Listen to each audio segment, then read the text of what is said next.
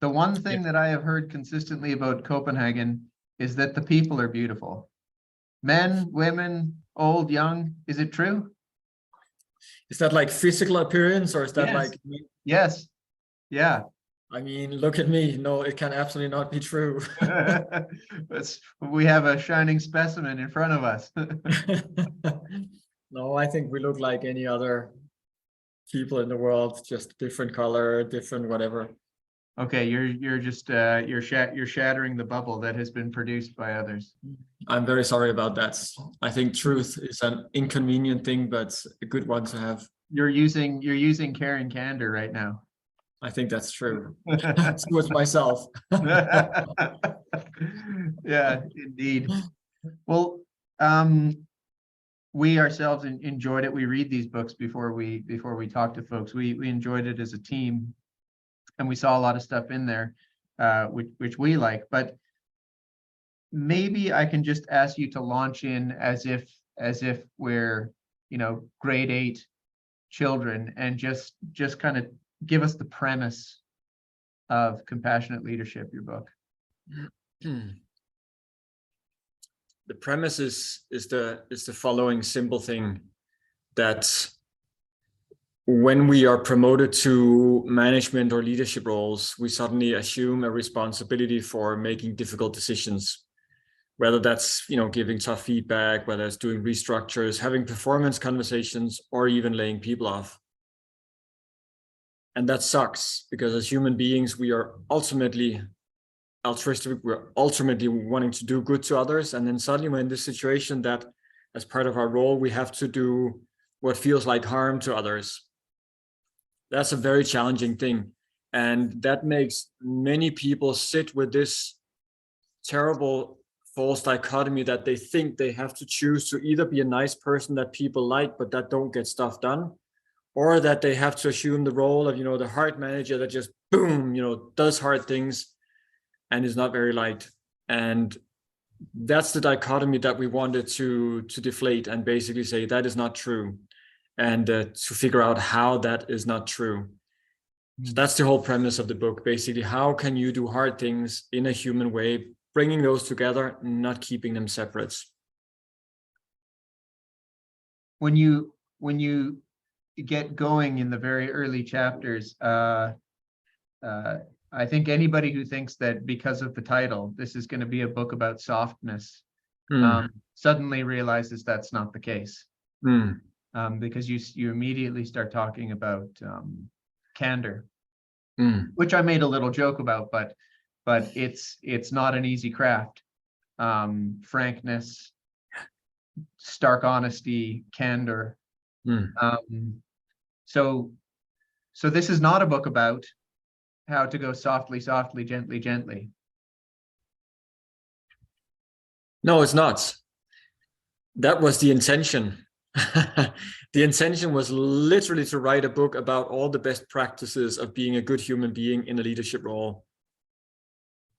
And what started to become very clear through the research, especially through the interviews, was the fact that if you want to be a good leader, like humanly a good leader, it's not about being sweet and kind and nice. That's important, but that's like 10%, because we all have that as a riding intention. But it is learning to do the hard stuff, because doing the hard stuff is a very compassionate thing. You mentioned candor. If we're not candid and share, the feedback that people need to get, they won't learn and they won't develop, they won't grow, and they will become redundant someday. So doing hard is being human, is being compassionate. So that's why there's a lot of doubling down on the hard sides of leadership, because that is what most leaders find incredibly difficult. Is it?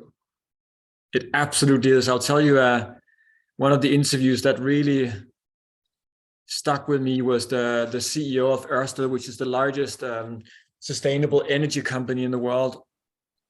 And with his simple quote, he said, "I can make billion-dollar decisions and I will sleep totally fine at night. But if I have to deliver a difficult message to a single person, I'll be sleepless for nights on end." So that is very, very difficult for people. And in in the many interviews we did, the last question we always asked was, what is one lesson you wish you could have taught your younger self?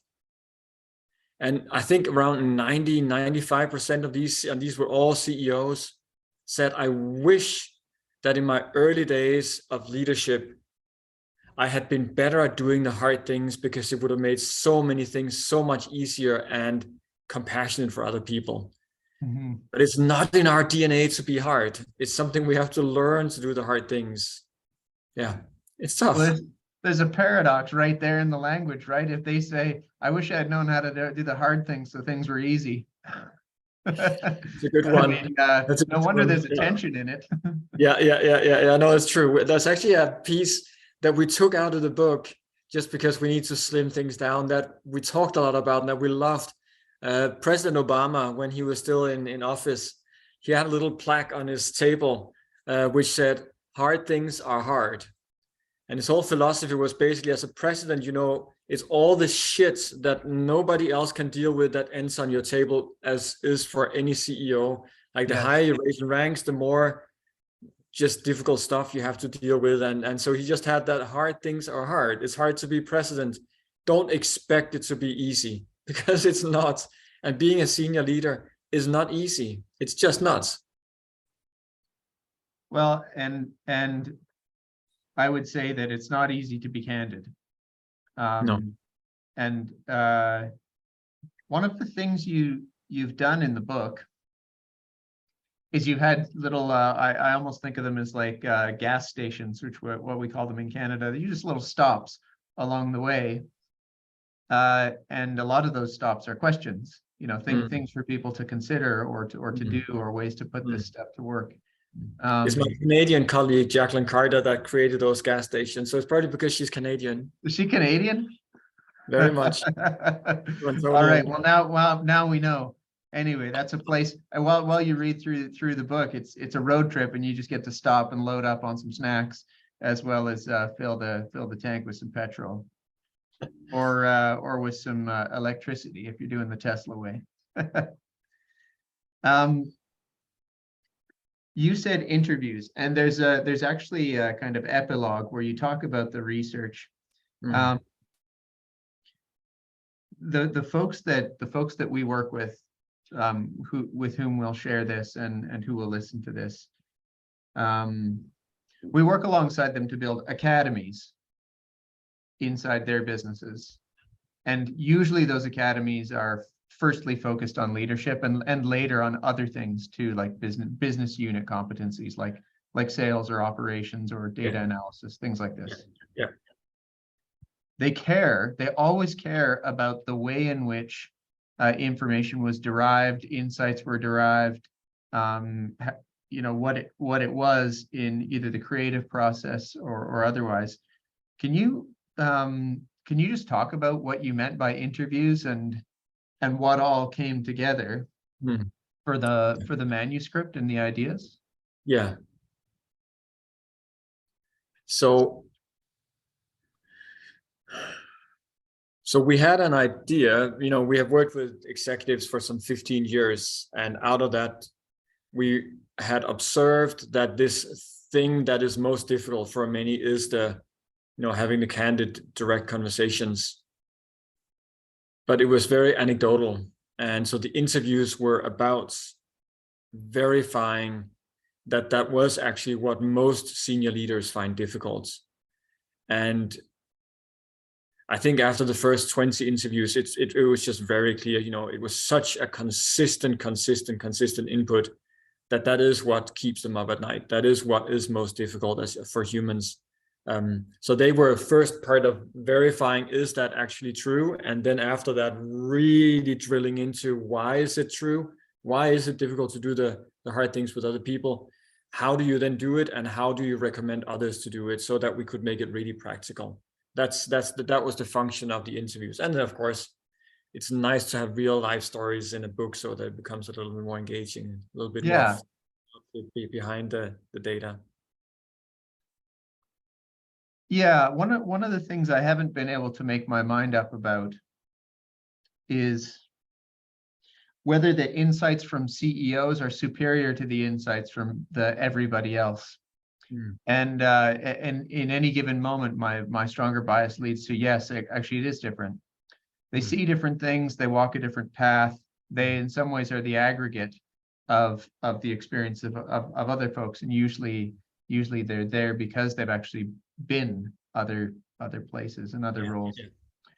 But there is a tension there, which is why should we sort of privilege the input of these kinds of folks? What do you think about that? So you interviewed these CEOs. Did you find yourself wondering like, hey, I wonder why I'm not interviewing the head of HR here, or maybe the coalface salesperson or something? Yeah. We actually did. There was two kinds of people that we interviewed. One was CEOs, and the other one was CHROs, so the head of HR. Yes. The reason for that is the CEOs are the ones that ultimately makes the most difficult decisions. They are the ones that ultimately says we need to lay off, 10,000 people or 2,000 people, or we need to make this restructure. We need to close down this factory. So they make the difficult decisions, and the CHROs are the ones that have to execute those decisions. So those are the two people that are standing with, from a human perspective, the most difficult things in an organization. Having said that, apart from all these CEOs, CHROs interviews, we also did, 50 conversations with all kinds of other people. And then, of course, we assessed some, in total, 75,000 people, which was a combination of leaders and employees, leaders at all levels. So it was not just based on CEO data, for sure. It was a very vast sample of people. It's an amazing experience. Not many people will get to do what you did in order to sort of produce this body of work. We're very privileged to work with Harvard Business Review, which is just an amazing way of gathering a lot of data. Yeah. What was it like in those conversations? So were you having those conversations the way we're having this one here? Yeah, or in person. Yeah. What I heard you say was you saw real patterns. You saw some consistency. You saw the cloth was like maybe a Scottish tartan or something. You're like, well, I've seen that before. Was that overall the experience, or were there some really crazy outliers? Tell me about what it was like to chat with these folks.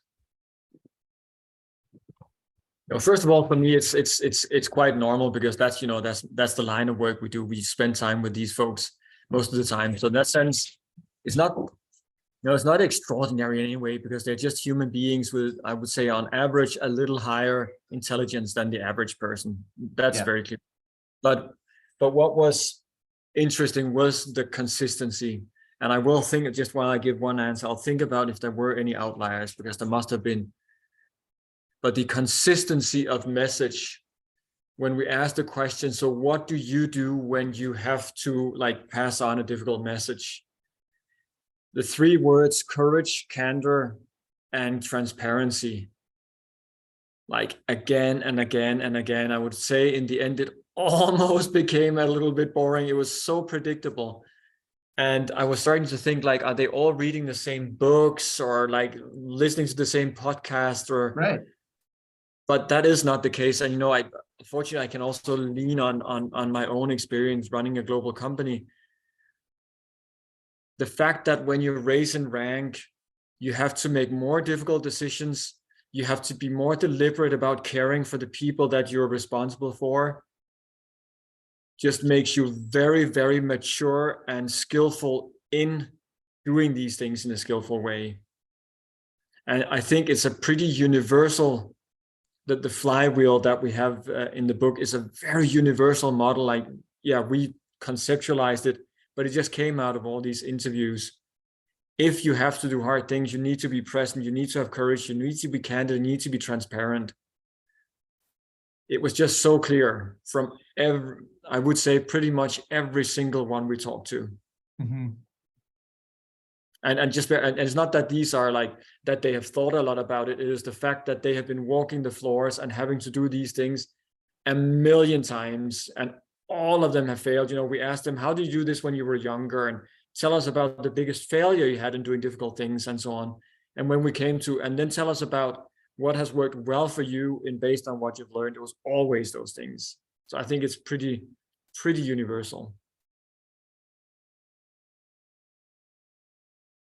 When you were just using those terms, courage, candor, transparency, it occurred to me that they sound like 500-year-old knightly virtues. They sound like something from the tales of King Arthur. But those were things that got codified over a long period of time, also for leaders, in part because they were difficult. And if I can just add in, you can tell me if you think this is sort of too tangential or taking it too far. But go for it. Those classic virtues, they were virtues because those people had so much power. Like if it was the Knights of the Round Table or something, right? It's like chastity is a virtue because they could literally just kind of sleep with anyone they pleased because nobody could refuse them, physically or otherwise. So it's a virtue because it's within their reach. And to me, candor and transparency, their opposites would be like prevarication or hiding and non-disclosure. Yeah. And actually, at the top of an organization, those can be very easy.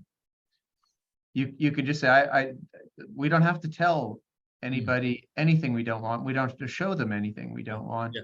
And in theory, none of it can come back to you, which is why, to me, it is an act of courage. So the first one is courage, but it's cowardice to do those things, which is the opposite of courage. Yep. It's cowardice to hide, and to lie. It is, or to just fail to say what's true. Yeah. And therefore, it's unkind. And therefore, at the bottom of compassion is to be deeply professional in doing the hard things. Quite profound. Yep. One CEO that really inspired me, this is quite a few years ago, Arne Sorensen, who is the former CEO of Marriott International, leading one of the biggest companies in the world. And I think one of the most inspiring leaders that I have met in my life. Unfortunately, he passed away 2 years ago from cancer. But he basically shared me the story of when they acquired Starwoods and thereby became like by far the biggest hotel or hospitality company in the world.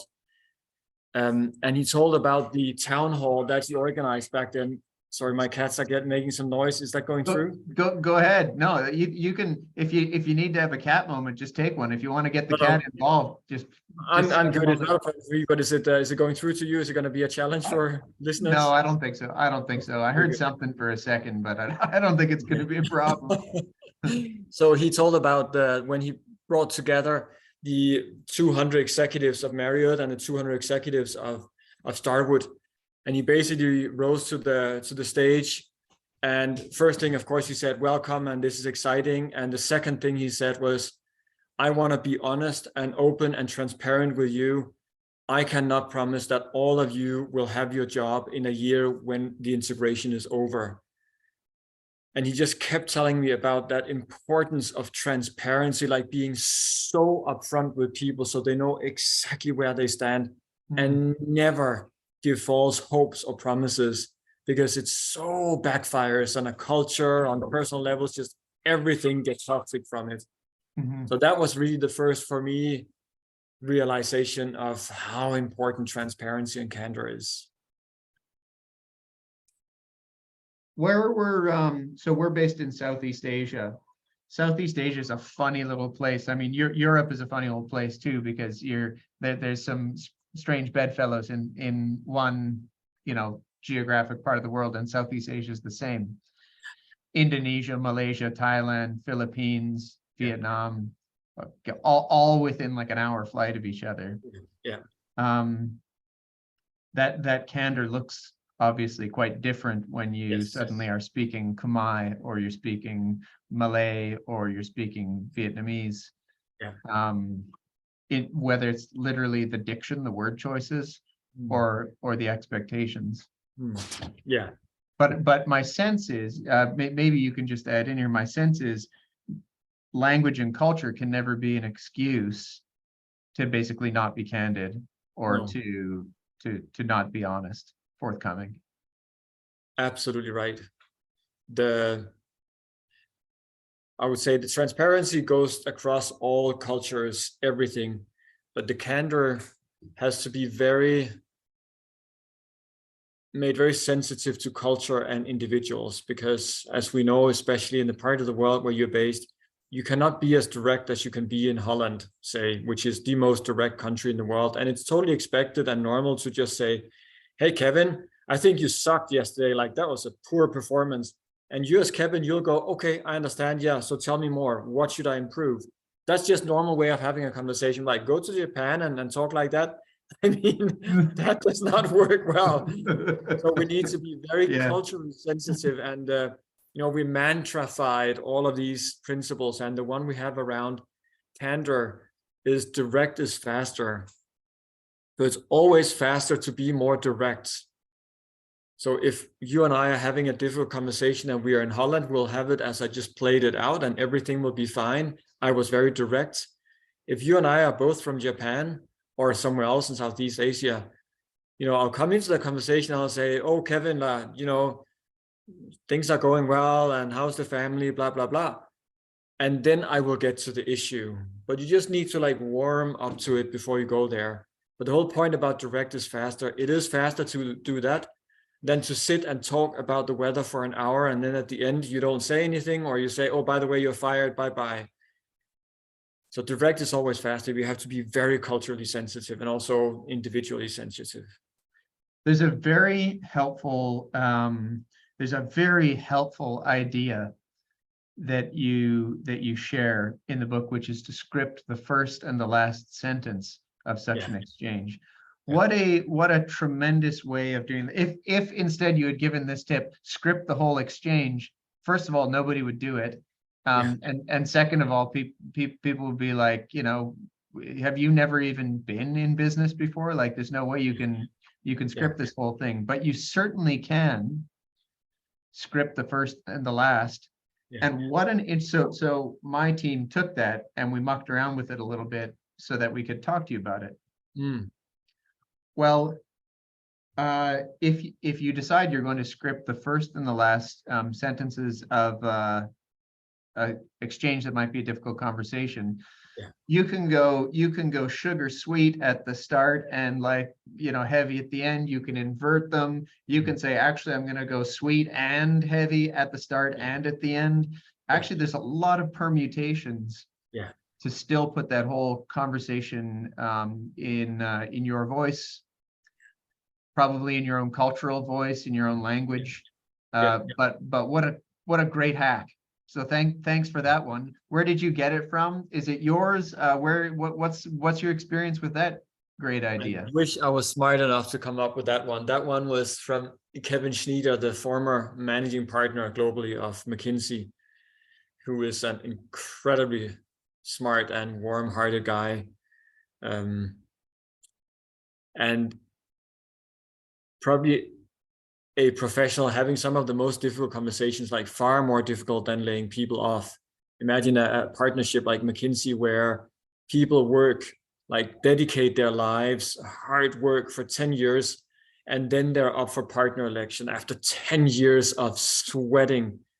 And finally they get a chance to possibly become partner, and they're rated by 30 of the other partners. It's a very thorough process, and the whole election committee comes to the conclusion, this guy didn't make it. So Kevin, you didn't make for partner. That then goes as a note to Kevin, who then has to have all these conversations with the people that were elected for partner and the ones that were not. And most of these people, he knows them well and has worked with them closely for maybe 10 years. And then he has to have this conversation, you did not make partner. And he's doing this twice every year with tens, if not hundreds of people. Really, really difficult conversations. So he's one that really has worked with this. He's the one that came up with the first sentence and the last sentence. That's all he's preparing. And his whole rationale was to come into the conversation. And his sentence was literally like this: hey, Kevin, it's great to see you. though the conversation we'll have today is not the one that I was hoping for, but, and then you didn't make it for partner. Then he would be quiet. And he would basically have the rest of the hour, and he would always book an additional hour if people needed to have that, to let the other person get angry, get sad, ask questions, ask for clarifications, to let the whole process be led by the other person and that person's emotions. And then wrap it with the last sentence, which always be something like, I'm really sorry we had to have this conversation today, and I hope, and then something towards the future on what they can do in the future together. So simple and so effective. And personally, I have adopted that for any difficult conversation. I have always start with that sentence. This is when you come home and you realize you were supposed to bring back milk and you didn't bring back milk. You're like on the way, as you're pulling up in the drive, you're like, first sentence is going to be, I need you to know I didn't get the milk. No, it's That's a good example. Yes. and you book the extra hour also, I bet.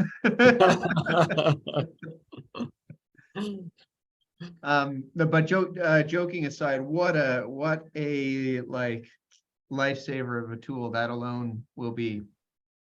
I think for certain folks, and it just generated a ton of interesting permutations. Such a simple thing within our own team about thinking through how would that actually work. I want to ask you about a theme that many of our clients need to pursue when they build their academies internally. They need to pursue the distinction between management and leadership. And depending on which author you read, or kind of podcast you listen to, or TikTok drivel you follow, those will get blended up and mashed up, and there's no distinction between them. They're almost the same word, but not in your writing. No. No, you're selecting one of those words or the other when you're writing and when you're navigating certain issues. Can I just ask you what your experience is with those two different things, management and leadership? So just in my books, management, obviously that is lower level, leadership is a higher level, but that's not so important. What is more important is, what is your job actually? When you're a manager, you generally manage processes, and as part of that, a little bit manage people to get to do specific stuff. When you become a leader, it's more about inspiring and coaching people to figure out their own ways. That's like very rough. There's generally, people don't talk well about management, or many people look a little bit down on management, which I think is an absolute mistake. Management is where you should be learning the ropes of how you lead other people. So it's a very good steps towards becoming a good leader. But more philosophically, to me, what's really important, and I think we have it as one of the mantras in that chapter, as honestly I can't remember, I hope so because I like it, is that leadership is about unlearning management and relearning being human. Yeah, okay, it's in there. Good. Yeah, it's one of the early chapters. Yeah. So the whole point there is the world of work has transformed so much over the past decade, and will continue to do so, in that the younger generations entering the workforce is expecting wonderful human experience at work. They don't care about the salary and the nice offices, the pool table, all those stuff. They care about the experience, and that they're treated with respect as a human being, met and seen and heard and all this stuff. So there is a massive demand in organizations to become more human. And human means that as a leader, you show up as the human being you are, you're authentic with yourself, you have integrity, you share your mind when it's appropriate, you share your emotions, you admit your flaws, and you treat people as humans, not as assets. Those companies and those leaders that can't manage that transition, they're going to be absolutely doomed, period, because they can't attract and retain good talent. So it's all about being a good human, period. Yeah. Which once again, and you know, again, I really want to steer people to read the book. And the one thing I want to make sure they understand is this doesn't mean that this book's a bunch of like candy and sweets. Right, being a great human means saying some pretty tough stuff at the right time. Yeah. I think a really important thing around this whole thing of compassionate leadership, most of the time being a compassionate leader, or oftentimes, is not about giving people what they want. It's not about pleasing them. All of us want to grow, to become better, to have a good career. We only have that if we have people that tell us our shortcomings. Mm-hmm. And that's the role of a leader. That's the role of a good manager, is to tell, hey, Kevin, you know, that thing you did yesterday, I see the intentions behind that, but if you did it this way, you would have much bigger impacts. Try that next time. And, you know, you'll go away a little bit, oh, that hurt a little bit because I fell short, but now I know where to go in the future and I can become better. It is such a compassionate thing to really apply tough love and give people what they need, not what they want. Because often we don't want to hear the hard truth, but we all need it because it helps us grow. Compassion is about doing what's good for others, not what they want necessarily. Well, maybe I can share a little note from the field book in our work, just to sort of, it's an echo. I'm just saying I'm sharing the same wisdom that you just did. It's just a little supporting anecdote from our field. When you go to an organization and you try to figure out what should they be learning, like, you know, they have no curriculum at all and they would like one or something, then usually the default temptation and almost the received wisdom is that you should poll people as to what they would like to learn. And if you poll senior people, they end up saying quite insightful things because they've just gotten to a place where they're self-reflective. And if you poll junior people, they say pretty ridiculous things. So they say something like, I want to learn how to do long-term big ticket hardball negotiations.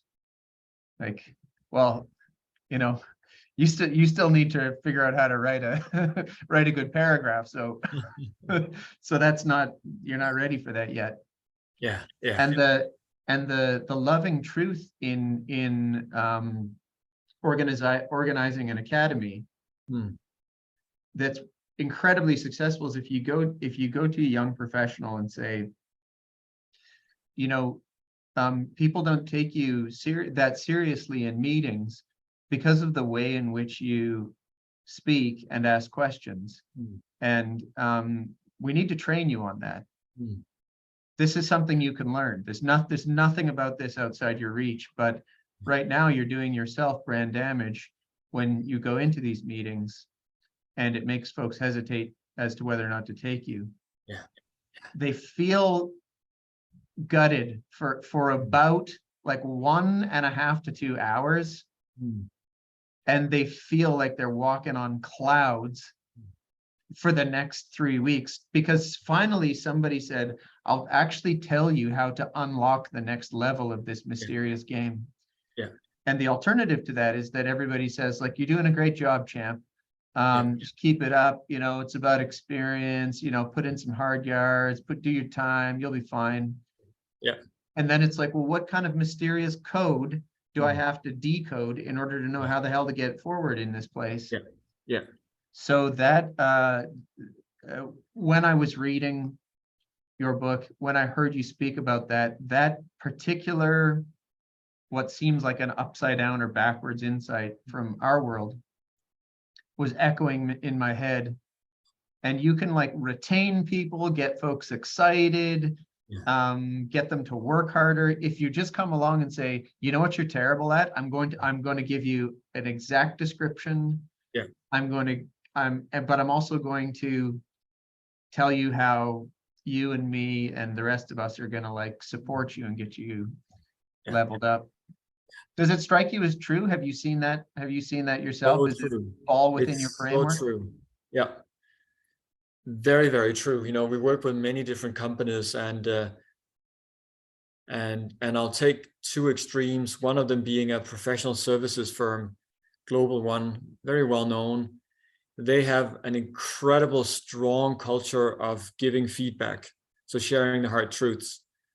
And they do that from day one. Like when you join them, day one, you will be told what to improve.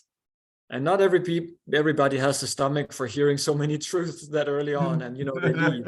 Yeah. But those that learn to deal with it, they get to hear so much feedback over the first 5-10 years that they just become excellent professionals. And therefore, this firm, as with many other professional service firm, but especially this one, they are a factory of self-aware, well-intended, highly intelligent and capable people. It's incredible. Wow.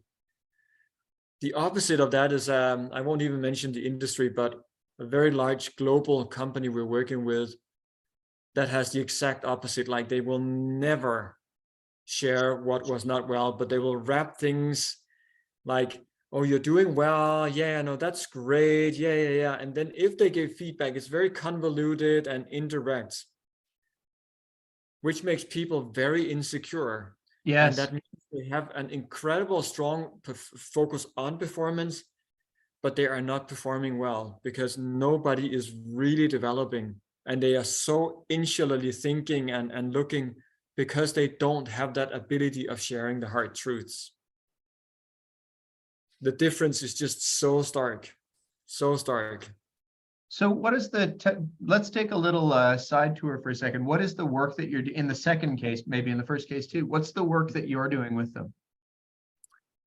Essentially, it is two different things with the two different companies. Okay. So in the book, we have this matrix of wise compassion, where on one hand, on one vector, you have being compassionate versus not caring. On the other one, you have being wise, so courageous, candid, and transparent. And the second company I talked about, they're up in the first quadrant where there's a lot of care. They genuinely care, but they don't have the courage, the candor, and the transparency to actually be professional about things. Mm. There's a quote that I like to say about them: the path to hell is paved with good intentions. They have so many great intentions, but people are suffering because the truth is not spoken out clearly, and it can create a really toxic work environment. And it is worse than the opposite quadrant, which is where there's a lot of wisdom, so courage, candor, and transparency, but there's not so much care. Yeah. That's not great, but my experience now that I have observed this for years is cultures in this quadrant are actually healthier than the ones where there's a lot of care but no professionalism. Wow. Which is the case of this professional services firm. So with the professional services firm, we're working with them to get them up in the quadrant where there's both wisdom and compassion. So both the caring and the professionalism. And the same with the other companies, just going at two different levels. So one needs to be more transparent, more caring, and more courageous and more candid. The other one basically needs to learn how to bring more the intention of care, compassionate empathy into their work. Very cool. This is with Potential Project, yes? That's correct. That's our company. Yeah. So we're global leadership and research firm. So when you do that, are you working just with a leadership cohort, sort of within a certain band? What does that look like? It varies a lot. We work, so with some companies, we work just with the board. With other companies, we work in the mid-level management. Mostly it's in the top level. And oftentimes it's like throughout, from the board to the CEO, the whole management team, and executives, VPs, all the way down. Well, as you know, because I've been sort of wearing my heart on my sleeve about our work as well, and I just see so much in there. The thing that catches my eye when I see what you've laid out is that if you do that for, say, one generation, even one generation of leaders, anybody who works under them will pretty quickly mimic and model. Yeah. That this is not the kind of thing that you have to sit there with, a pointer on a chart and sort of take people through 12 weeks of of learning if they've been under a manager who's been able to strike this balance. Yeah. You can almost not understand the principles and still successfully mimic. Yeah, so true, so true.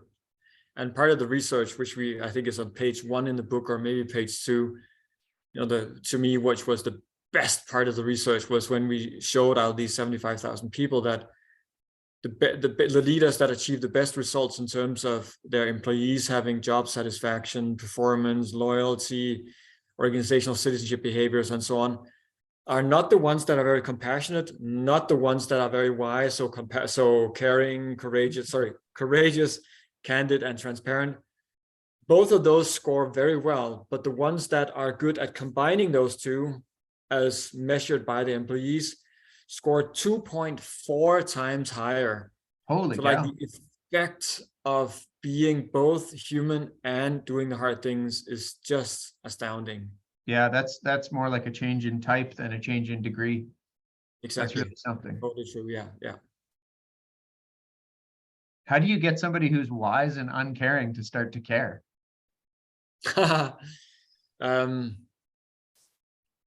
Fortunately, it is rarely a case of not wanting to care, but it is two things: busyness, and then not knowing how to express care in how you lead.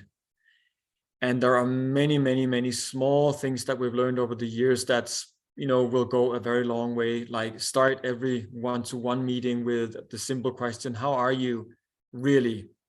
How are you really? Like, let's take the first 5 minutes. Just tell me, how are you? I want to know. Anybody that's asked that question becomes like, wow, this person actually cares about me. She wants to hear how I'm doing. So Yeah. it's simple, small things like that. Well, that also resonates with what we've seen in other areas, which is sometimes if you just start addressing the mechanics, then what seems like the virtues or the habits of mind, actually they come pretty quickly after. Yeah, true. Yeah. Can we make a lateral jump and talk necessary evils?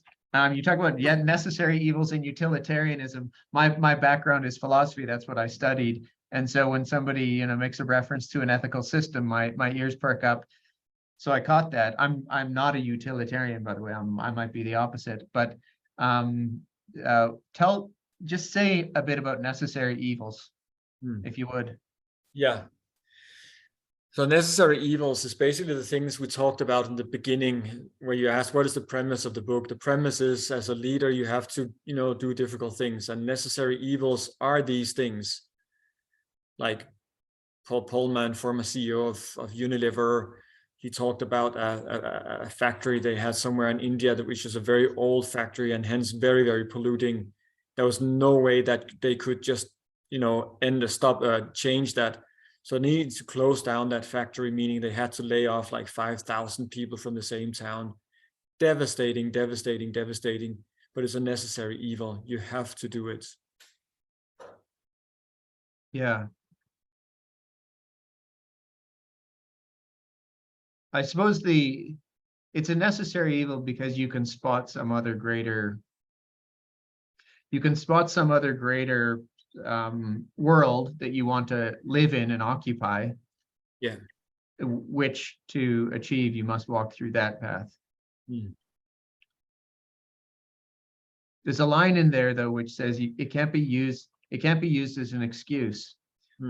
Sitting there at your desk and doing calculation, be like, well, if I let these 10 poor fools go, at least those 3 keep a job. Yeah. Actually can be too quick a sleight of hand, and it doesn't release you of the initial obligation or duty to actually be a leader that's a capital H human. Yeah, absolutely. So it can. You've said it's a way of kind of identifying and maybe like taxonomizing. This is the kind of problem that I have. It is a choice between 2 shitty circumstances, and I have to show leadership and just be the one who chooses. Yeah. But it cannot be, as a coward would do, used as an excuse for saying, oh, it's a bad decision, but I didn't make it. Circumstance made it. or Yeah. something. No, you're responsible. Whatever decisions make, you're making the decisions, and you need to take the responsibility of that. And what we learned and what we're teaching is there are two steps to the difficult stuff. One is to actually make the decision. Mhm. And that's very rational. There's a lot of things that go into that, but you decide, I'm going to close down this factory. Yeah. The next step is basically then the HR stuff starts. How do we do this in the absolutely most human way? And a lot of the work that we do these days, where there's, financial recession coming, most of our clients are starting to gently let go of people because they just have to slim down. How do they do that in the most incredible way? And I really, really appreciate companies that take the effort of putting the leaders that have to sit and have those difficult conversations through, simulations, training, to really do that in a good way. And it's incredible to see these leaders, how they react to suddenly being equipped to do something that's incredibly difficult, but to do that in a human way. It may sound like it's a tough, difficult, dirty thing, but it becomes a really, really, really meaningful thing that you suddenly do. So it's a good thing. But yeah, first you make the decision, then you focus like 2000% on people. I would imagine that people who have gone through the simulations that you're talking about, like role plays or trainings, and then had to do some of this with the right guidance, they must be very attractive assets, actually. Because it's almost like that, like the vision I have is, when you see very experienced military veterans, and on their jacket they have these flashes, like, well, this was like a battle at sea, and this here one was like, when I got shot but I overcame it or whatever.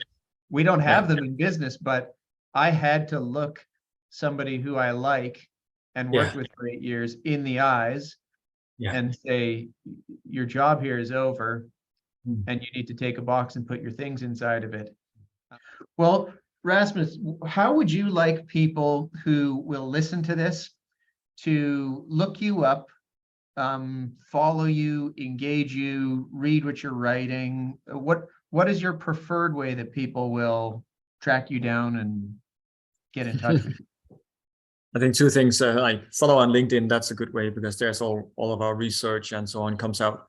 And the other one is just go to our website, which is potentialproject.com, and particularly go to the section that is called Insights. That's where we basically publish all of our research. Okay. But because we're talking to corporate audiences mainly, we take very, very dense data and we present that in these infographics. So we're basically turning high level research into very simple infographics. So it's incredibly educational to go to that page. And like in 10 minutes, you'll basically get the gist of the book. You'll get so much practicalities and understanding by going there. So I would say go to our website and check out the insights. Well, super. We will direct people exactly as you've guided. For our part, we loved reading what you wrote. We thank you for doing the research. I mean, it seems like by the Cheshire Cat grin you have on your face right now, you enjoyed it yourself anyway. It's the kind of stuff you obviously like. But thank you for doing the research, digging deep into it, and writing it, because I thought it was a great read and a great experience for us. So beautiful. Thank you so much, Kevin, for the time and the chat, and I hope all of you out there enjoying the conversation and got something out of it. Good. When you're in Singapore, look us up, and we'll make sure you have a good drink by the river, and then get to meet some good organizations here. I would love that. Thank you so much. Have a good day. You too. Bye.